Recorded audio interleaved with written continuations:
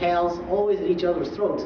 Notwithstanding that, every American political leader almost always prefaces his announcements by saying, the American people believe that. The American people will not tolerate this. I speak for the American people when I say that. Well, that's demagoguery. They're not speaking for a unified people. Demagogues almost always present themselves as, does the name Ernesto Laclau or Laclau mean anything to anybody here? It's an Argentine democratic theorist, brilliant guy, who's written a book called Populist Reason recently. And he sees this as at the heart of the kind of populism that finds its way into authoritarianism or fascism, such as the authoritarianism, populist authoritarianism of Perón in his native Argentina, or, well, Franco did it, they all do, Mussolini, Hitler, all of them claim to be speaking for the people as a whole. So, how do you solve this dilemma? How can you solve the dilemma that in a democracy it's the people who should rule, but that strictly speaking, the people as a single, don't exist as a single unitary thing which can rule? How do you resolve that problem? Well, there are different ways of doing it. One is to give up on the notion of popular sovereignty itself, and to say that democracy does not require that the people rule. This was the approach of an important stream of democratic theorizing that came originally out of Austria and Germany around the same period of time, in the 20s and then into the 30s, and found its way into North America with the so-called realist school of democratic theorists, located at the University of Chicago and the University of Virginia. Why are we not surprised that they were in Chicago? And I'm thinking of people like Friedrich von Hayek, who came actually from Austria to the United States, Gordon Tullock, James Buchanan, people of that sort.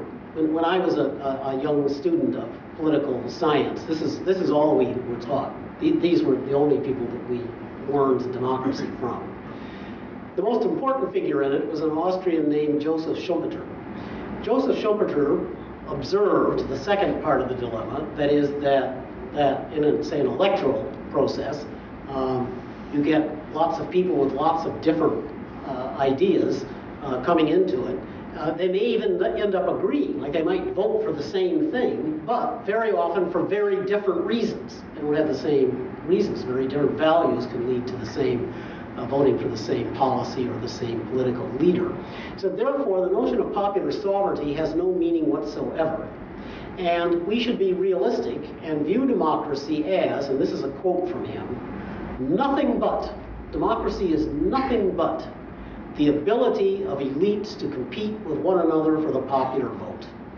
That's the beginning, middle, and end of democracy, according to this very, very influential school, and it's still with us. So that's one direction. Another direction would be to, the exact opposite is the one that I described a few moments ago. And that is to say, well, there is such a thing as the people.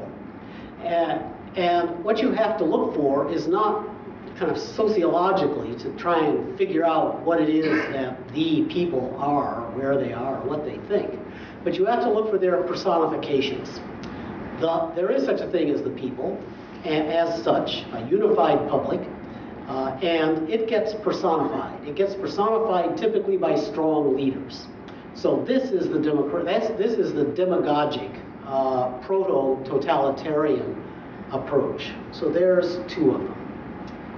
A third is one that I suppose the best known name associated with it would be John Stuart Mill. And especially his famous essay on representative democracy. And that is to think of democracy in a representative way. People from a lot of different reasons will vote for people to represent them in a Congress or a Parliament.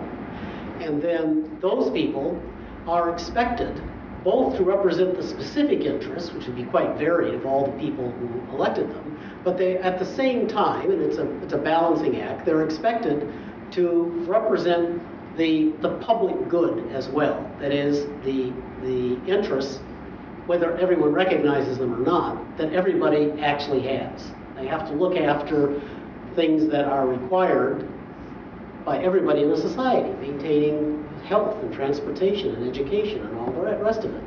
Well, it's a tough balancing act. Sometimes it can be pulled off. My view, I should say, parenthetically, with respect to democracy, is that democracy is a matter of degree. It's not something you either have or don't have altogether. Rather, it's the kind of thing that you can have a bit of or a lot of, and you try to make progress in democracy.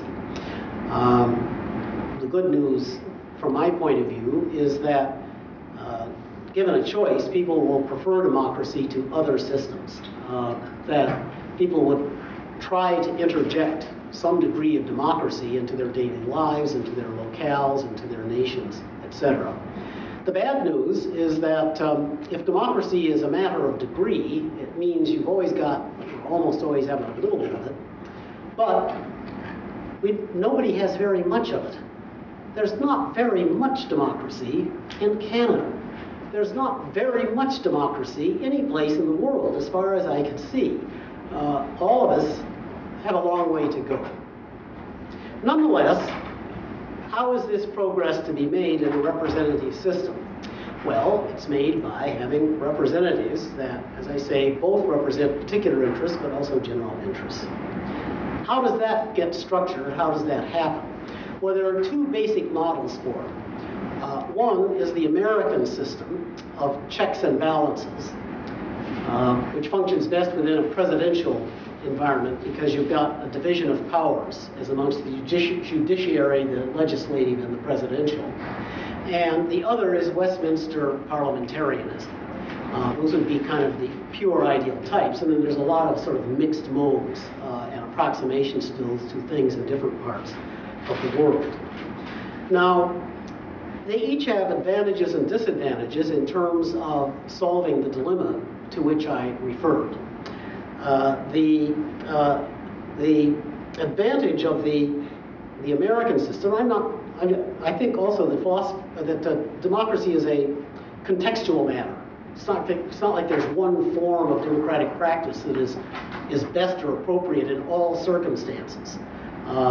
We don't have a political party system in municipal politics in Canada.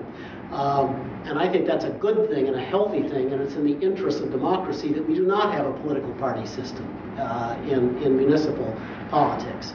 On the other hand, it strikes me that it would be very hard to avoid, at the very least, and probably there are advantages to having political parties at the provincial and federal levels. So the point is that there's no one best way of doing these things. Hey, isn't that terrific? Thank you. She's not just a pretty face.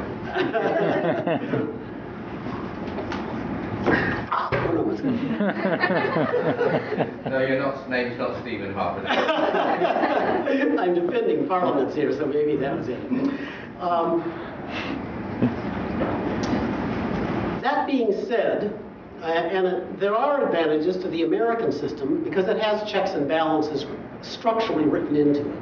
So there are structural constraints that are supposed to prevent the particular interests from sort of overriding the general interests in the comportment of the members of Congress. The disadvantage of that is that it is structural. That if there's the checks and balances are in place, then that in a way puts a cap on how far any member of congressman thinks he or she